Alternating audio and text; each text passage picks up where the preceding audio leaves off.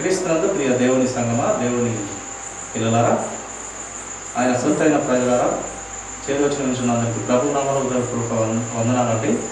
గ్రంథంలో కొన్ని మాటలుగా మనం ఆ యొక్క రాత్రికాల సమయం ముందు ధ్యానించుకుందామండి.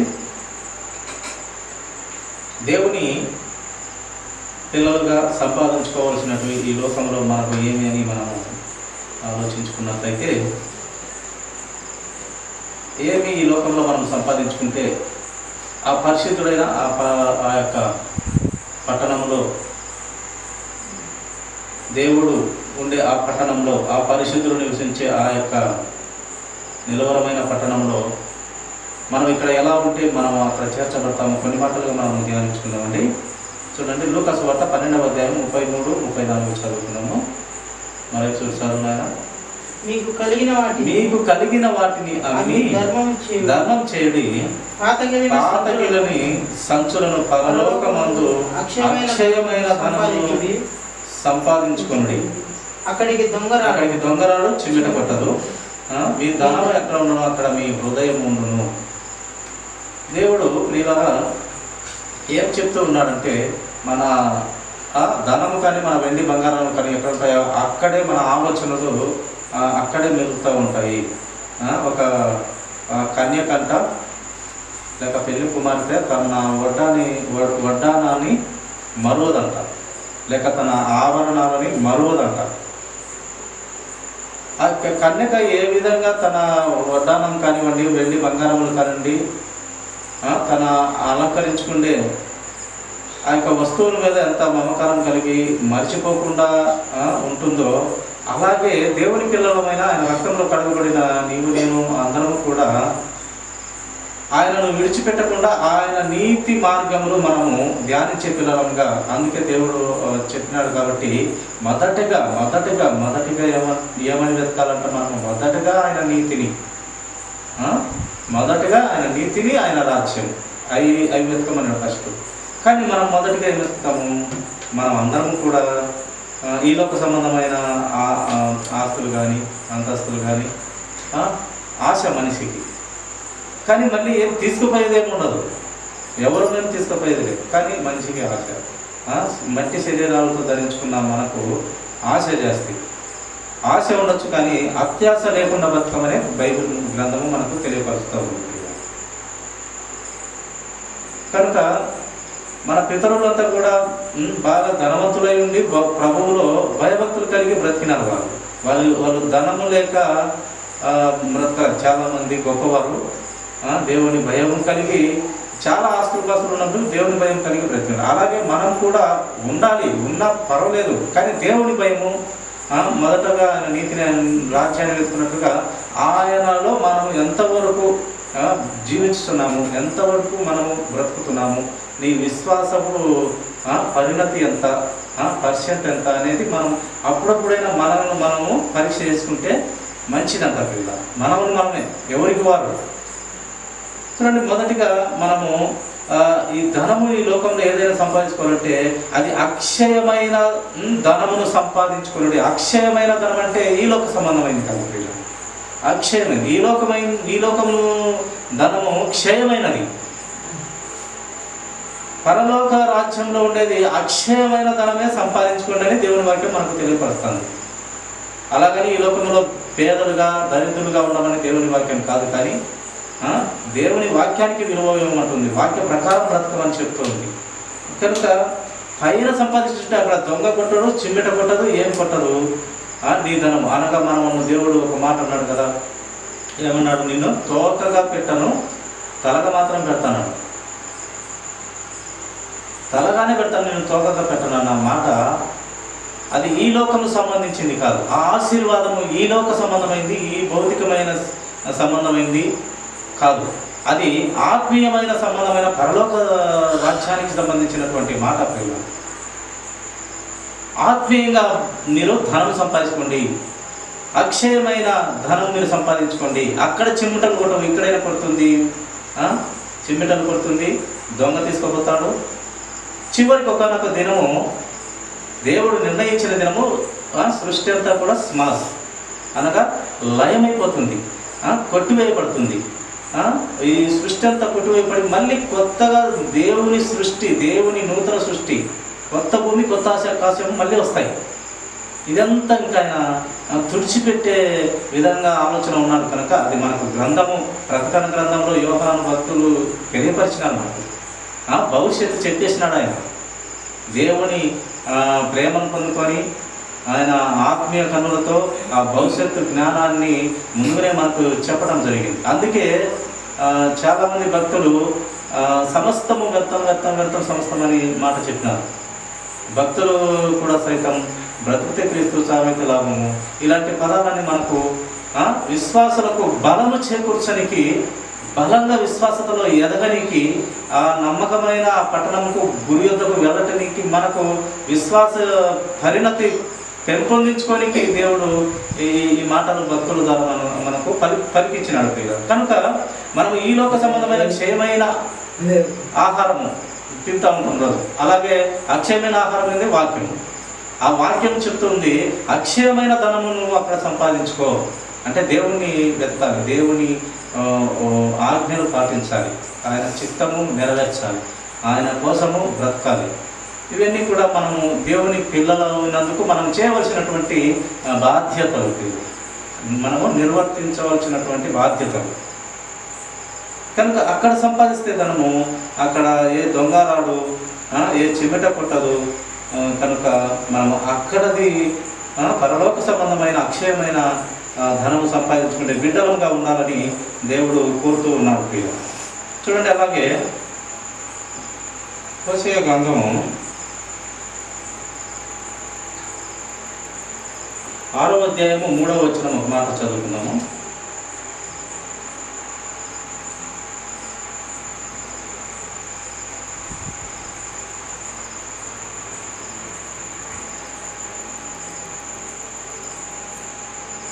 హోషేయ గ్రంథం 6వ అధ్యాయం 3వ వచనం.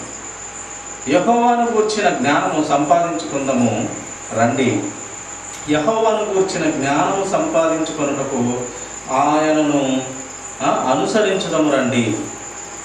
ఉదయం తప్పక వచ్చు రీతిని ఆయన ఉదయించును, వర్షం వలె ఆయన మన యొద్దకు వచ్చును. భూమిని తడుపునట్టి తొలకరి వర్షము, తడవరి వర్షం వలె ఆయన మన యొద్దకు వచ్చును. చూడండి, దేవుడు ఎలా వస్తున్నాడంట. వర్షము భూమిని తడుపులాగా ఆయన వస్తాడు. కడవరి వర్షము, చివరి వర్షము, మొదటి వర్షంలాగా ఆయన మన యొద్దకు వచ్చును. ఉదయము తప్పక ఉదయించినట్లుగా ఆయన మన యొద్దకు వస్తూ ఉన్నాడు, వాక్యంగా వస్తూ ఉన్నాడు. అందుకే యెహోవాను గూర్చిన జ్ఞానము సంపాదించుకోవాలి ఫస్ట్. అందుకే ఇందాక అనుకున్నట్టుగా నా నీతిని నా రాజ్యం ఎత్తని మొదటగా చేయవలసిన ఆయన పిల్లలు, ఆయన రక్తంలో కడగబడిన వారు ఈ పని మొదటిగా మనం చేయాలి అని వాక్యం మనకు తెలియపడుతుంది. కనుక ఆయన జ్ఞానమును సంపాదించుకోవాలి. ఏంది ఆయన జ్ఞానం అంటే? భక్తులంతా నింపిందంతా ఆయన జ్ఞానమే. భక్తులంతా ప్రాణాలు సైతం పెట్టడం అంటే ఆయన జ్ఞానముతో నిండి ప్రాణం పెట్టారు. జ్ఞానంతో నిండిపోయి పూర్తి పరిపక్వత చెంది పూర్తి జ్ఞానము పొందుకొని ఈ ప్రాణం క్రీస్తుకు పెడితే చాలు, అది నాకు ధన్యత, దీవెన, ఆశీర్వాదం అని పెట్టేసినారు. అది దేవుని జ్ఞానం పొందుకుంటే అలా ఉంటుంది. ఆ తెగింపు మాటలు వస్తాయి. ఎంతమందికి తెగింపు మాటలు వచ్చినాయి? చాలా భక్తులు చాలా తెగింపు,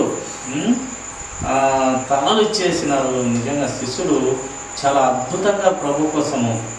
ఒకప్పుడైతే ప్రభువు నవ్వుకునేవాడు వీరి అవిధేయతను బట్టి, వీరి జ్ఞానం లేని తనాన్ని బట్టి. కానీ అదే ప్రభు వారు జ్ఞానం పూర్తిగా పొందుకొని ప్రభు కోసం ప్రాణాలను పెడుతూ ఉంటే, ప్రభు కోసం మరణిస్తూ ఉంటే, ప్రభు కోసం రక్తం కార్చుతూ ఉంటే, తలలు తెగిపడుతుంటే, రంపాలతో కోయబడుతుంటే శిష్యులు ఆయన ఎంత సంతోషపడ్డారో. నా కోసం ప్రాణం ఇచ్చే నా శిష్యులు. నిజంగా వాళ్ళకు పరలోక రాజ్యంలో ఒక్కొక్కరికి ఒక్కొక్క పట్టణము, గుమ్మము వారి పేరు మీద ఉంది. పరలోక రాజ్యంలో ఒక్కొక్కరికి ఒక పట్టణముకు ఆ గుమ్మం మీద వారి గోత్రాలు అయినటువంటి పేరు ఉంటుంది. అంత ప్రాణం పెట్టారు వారు. ఎలా ఎందుకు పెట్టినారంటే ఆయన జ్ఞానం పూర్తిగా పొందుకున్నారు.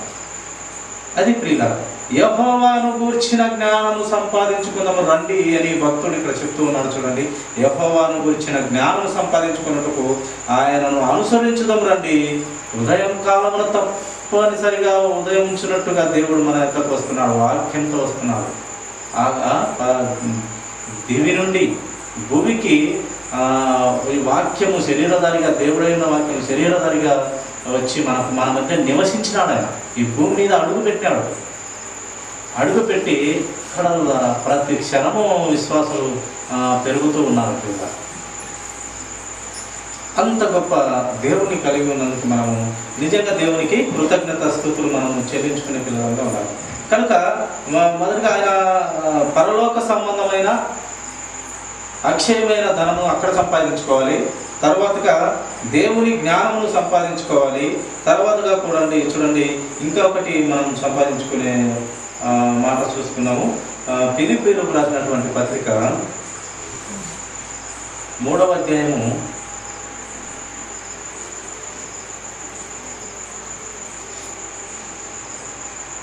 9వ వచనము చదువుకున్నాం. చూడండి, క్రీస్తును సంపాదించుకొని ధర్మశాస్త్ర మూలమైన నా నీతిని గాక క్రీస్తులందరి ధర్మశాస్త్రము వలనైన నీతి అనగా విశ్వాసమును బట్టి దేవుడు అనుగ్రహించి నీతి గలవాడనై ఆయన యందు అగపడు నిమిత్తమును. ఎలా ఉండాలంట? మనము క్రీస్తును సంపాదించుకోవాలి. ఎవరైతే మనము చూడండి నీతి నిజాయితీగా మనము బ్రతికితే అంటారా, యథార్థంగా నీతి నిజాయితీగా దేవుని వాక్యం ద్వారా కట్టబడుతూ దిద్దబడుతూ రోజు నేర్చుకుంటూ ఎంత పెద్ద విశ్వాసులైనా, ఎంత పెద్ద సంఘంలో సంఘాన్ని నడుపుతున్న కానీ ఎవరైనా సరే ప్రతిరోజు వాక్యంతో కట్టబడడానికి దిద్దబడడానికి ఆశ కలిగి ఉండాలంట. వాక్యంతో ప్రతిరోజు నేర్చుకుంటూనే ఉండాలి. క్రీస్తును సంపాదించుకొని ధర్మశాస్త్ర మూలమైన నా నీతిని గాక ధర్మశాస్త్రమందు విశ్వాసం వలనైన నీతిని అనగా విశ్వాసమును బట్టి దేవుడు అనుగ్రహించు నీతి గలవాడనై ఆయన యందు అగపడు నిమిత్తమై. ఆయన యందు మనము అగపడాలంటే ఆయనను ధరించుకోవాలి. పౌరులాగా నేను క్రీస్తును పూర్తిగా ధరించుకున్నాను, మీరు నాలాగా మీరు ఉండండి అన్నాడు. క్రీస్తును ధరించుకోవడం అంటే ఆయన ఆలోచన విధానాన్ని మనం గౌరవించి ఆయన ఆజ్ఞలన్నీ మనము ఒక్కటి కూడా విడవకుండా వినాలి, లోబడాలి, వాక్యాన్ని ప్రేమించాలి. వాక్యాన్ని ప్రేమించడం అంటే దేవుణ్ణి ప్రేమించినట్టే, వాక్యమైన దేవుడు ఆయన. కనుక ప్రియులరా మనము క్రీస్తును సంపాదించుకోవాలి. ధనము పరలోక రాజ్యంలో సంపాదించుకోవాలి. అలాగే దేవుని జ్ఞానము సంపాదించుకోవాలంటే, అంటే దేవుని జ్ఞానం అంటే ఏ భక్తుల్లో ఎంత ఒక్కొక్కరిలో ఒక రకమైన జ్ఞానము దేవుడు బైబిల్ గ్రంథంలో రాయించి పెట్టినాడు. ఒక్కొక్క భక్తుల్లో జ్ఞానము రాయించి పెట్టినాడు. పిల్లలు ప్రతి ఒక్కరిలో జ్ఞానము రాయించి దేవుడు పెట్టాడు. ఆ జ్ఞానాన్ని అన్ని మనము నెమరు వేసుకోవాలి. అది చదవడమే కాదు, చదువుకున్న దాని ప్రకారం మన బ్రతుకులాగా ట్రై చేయాలి. కష్టమే, కానీ ఆ ప్రభువుకు జీవితం అర్పించినప్పుడు, ప్రభు కోసం బ్రతుకుతున్నప్పుడు అది కొంచెము ఇందాక పాట పడుకున్నట్టు జుంటి తేనె దారాల కన్నా మధురమైన నామం అది. తేనె కన్నా తీయనైనదని వాక్యం మనకు తెలియపరుస్తుంది. కనుక మనము జ్ఞానం సంపాదించుకోవాలి, క్రీస్తును సంపాదించుకోవాలి, పరలోక రాజ్యంలో ధనాన్ని సంపాదించుకోవాలి. చూడండి, సామెతల గ్రంథము 4వ అధ్యాయము 7వ వచనము మాట చదువు నాయన. సామెతల గ్రంథము 4వ అధ్యాయము 7వ వచనం.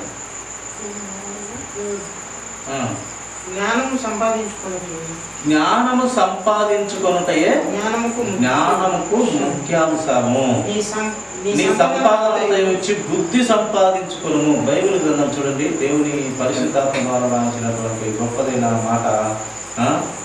చూడండి ఎంత గొప్ప విలువైన మాట రాయించినారు. జ్ఞానము సంపాదించుకొనుటే జ్ఞానమునకు ముఖ్యాంశం. జ్ఞానము సంపాదించుకోవాలి. ఆ జ్ఞానం సంపాదించుకోవడమే ముఖ్యమైన అంశము. అలాగే నీ సంపాదన అంతయు ఇచ్చు బుద్ధి సంపాదించుకొను అంటుంది వాక్యం, అంటున్నాడు దేవుడు. ఎవరు మనము డబ్బులు ఇచ్చి జ్ఞానం కొనుక్కుంటాం? ఇది ఇప్పుడు లోకంగా ఆలోచించినట్లయితే నీ సంపాదన అంతా ఇచ్చి బుద్ధి సంపాదించుకోను అని వ్రాయబడుతూ వచ్చింది కాదు. ₹1 ఇచ్చి ఏడా జ్ఞానం మనం అనుకుంటున్నాం ఏమి? కనుక గ్రంథంలోనే దేవుడు జ్ఞానం నింపి ఉన్నాడు. బైబిల్ గ్రంథంలోనే, ఈ పవిత్ర గ్రంథంలోనే దేవుడు జ్ఞానాన్ని మనకు మించిన జ్ఞానం పెట్టి ఉన్నాడు. ప్రియులారా, మనం ఎంత చదివితే అంత జ్ఞానము దేవుడు పెట్టినాడు. నిజంగా బైబిల్ పర్ఫెక్ట్గా ఎవరు చదవలేరు. ఎన్ని మాటలను చదవని, 100 సార్లు 1000 సార్లు చదవని పూర్తిగా నాకు అర్థమైంది బైబిల్ అని ఎవరునూ చెప్పలేరు. అలా చెప్పిన వాడు ఉంటే వాడు మూర్ఖుడని చెప్తారు. ఎవరు చెప్పేది నేను నువ్వు కాదు, బైబిల్లో ఉన్నటువంటి పెద్దలు మేధావులే చెప్తారు. నాకు అంతా తెలుసని గౌరవపడితే నీకేం తెలుసు అంటారు. కనుక ప్రియులారా, అంత జ్ఞానం పెట్టాడు దేవుడు గ్రంథంలో. అందుకే ఆయన అంటాడు, మిక్కిలి గుసగుసైన నా యొక్క జ్ఞానము, నా చిన్నపాటి వెర్రితనము మీ మనుషుల జ్ఞానం అంతా అని దేవుడు అట్ట అని చెప్పినాడు. మన జ్ఞానం అంతా అంట దేవుడి చిన్నపాటి వెర్రితనం అంట. ఎప్పుడో పని వెర్రితనంగా మాట్లాడినట్టు ఉంటుందంట. మన ఎంత అభివృద్ధి చెందినా కూడా ఆయన జ్ఞానము మితిమీరినది. ఆయన జ్ఞానము మితిమీరినది, ఆయన వయస్సు, ఆయన సంవత్సరములు మితిమీరినవి. అందుకే బైబిల్ గ్రంథంలో దేవుని గురించి ఒక మాట ఏమన్నాడంటే, ఆయన మహావృద్ధుడు అని రాయబడింది. మహావృద్ధుడు అంటే ముష్యుడు అని కాదు, అంత జ్ఞానం కలిగిన వాడు అని అర్థం. పూర్తి పండు ముసులుడు అని కాదు. మనమైతే పండు ముసులు నడచలేని పరిస్థితి, దోగడ పరిస్థితి వస్తుంది. ప్రతి ఒక్కరికి జీవితం ఇస్తాడు దేవుడు. అందరికీ రాదు, కొందరికి వస్తుంది. కానీ ఆయన జ్ఞానము మితిమీరినది. కనుక ప్రియులారా, మనము జ్ఞానము డబ్బునిచ్చి సంపాదించుకోవాలి అని మనకు తెలియపడుతూ వస్తూ ఉంది ప్రియులారా. అదే సామెతల గ్రంథము చూడండి, 16-16 వచనము గమనిస్తాము. 16వ అధ్యాయము 16వ వచనం. అపరంజిని సంపాదించుకునుట కంటే జ్ఞానమును సంపాదించుట ఎంతో శ్రేష్టము. అపరంజి ఏది నాయన? అపరంజి అపరంజి అంటే ఏంటి? అపరంజి అంటే మీకు నీ సంవత్సరాల చదువు నీకు చెప్పలేవు. అపరంజి అంటే బంగారం. బంగారము సంపాదించుట కంటే జ్ఞానము సంపాదించుట ఎంతో శ్రేష్టం అంటున్నాడు దేవుని వాక్యం. మనము చిన్న బంగారం కోసము ఎంత పరుగులట, ఎంత ఇది పడతాము. కానీ దేవుడి వాక్యం ప్రియులారా తెలియపరుస్తూ ఉంది, అపరంజి సంపాదించుట కంటే జ్ఞానమును సంపాదించుట. అందుకే ఇందాక కూడా నీ మొత్తం ఆస్తి అంతా కూడా పెట్టి బుద్ధి సంపాదించుకో, జ్ఞానం సంపాదించుకో. అది ఎక్కడో దొరుకుతుందంటే అది గ్రంథంలోనే దేవుడు పెట్టినాడు. ఇది చాలా పవర్ఫుల్ గ్రంథం, శక్తివంతమైన గ్రంథం. ప్రతి భూలోకంలో ఎన్నో కోట్లలో బుక్కులు రచించినారు రచయితలు. కానీ ఇది మనుషులు రాసినప్పటికీ దేవుడు రాయించినటువంటి గొప్ప గ్రంథం. అందుకు ఇది తల. మనకు పుస్తకాలు అన్నిటికీ, ప్రతి వేదాలు, గ్రంథాలు, ఉపనిషత్తులు అన్నిటికన్నా తల అయింది. దీని ముందు అన్ని సాష్టాంగపడాల్సింది. ఏమయ్యే అంత శక్తి, ఏమయ్యే అంత దీంట్లో ఉంది అంటే అది ఆయన జ్ఞానంతో నింపబడినటువంటి సత్యాలు మాత్రమే ఈ గ్రంథంలో దేవుడు పొందుపరచడం జరిగింది. ఆయన కోటానుకోట్ల మంచితత్వం కలిగిన దేవుడు ఆ కోటానుకోట్ల మంచి జ్ఞానాన్ని ఇందులో రాయించినాడు. కనుక అపరంజిని సంపాదించుకున్నట కంటే జ్ఞానమును సంపాదించుకున్నట ఎంతో శ్రేష్టము. వెండిని సంపాదించుట కంటే తెలివిని సంపాదించుట ఎంతో మేలు. ఈ వెండి బంగారాల కన్నా జ్ఞానము, తెలివి సంపాదించుకోవాలంట. ఎక్కడ దొరుకుతాయి ఇవంటే మన దేవుడు క్రీస్తులోనే దొరుకుతాయి, లేక ఆయన రాయించిన గ్రంథంలోనే దొరుకుతాయి, ఇంకెక్కడా దొరకవు. అయినా అవును, ఈ డబ్బులు సంపాదించుకున్న పెద్దోళ్ళంతా వాళ్ళకు జ్ఞానం లేదా అని అనుకోవచ్చు. జ్ఞానం ఉంటుంది, లోక సంబంధమైన జ్ఞానము. దాంట్లో పండితులుగా ఉంటారు, గొప్పవారిగా ఉంటారు, డబ్బులు సంపాదిస్తారు. అది లోక సంబంధమైన జ్ఞానము.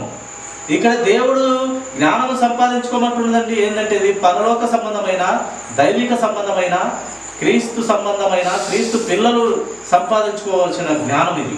ఇది లోక సంబంధమైన జ్ఞానం కాబట్టి ఈ జ్ఞానం సంపాదించుకున్న లోకంలో కూడా నీవు తెలివిగా, జాగ్రత్తగా నీ బ్రతుకు అద్భుతంగా ఉంటుందని దేవుడు మనకు రాయిస్తూ వచ్చినాడు. మనకు తెలివి, జ్ఞానము, బుద్ధి, వివేచన కూడా డబ్బులు ఇచ్చేలా నీవు నేర్చుకో, తెలుసుకో, సంపాదించుకో అని మనకు లేఖనాలు ఎంత చక్కగా మనకు వివరిస్తూ ఉంది. చూడండి, తిమోతికి రాసిన మొదటి పత్రిక ముగించుకుందాము. తిమోతి రాసిన మొదటి పత్రిక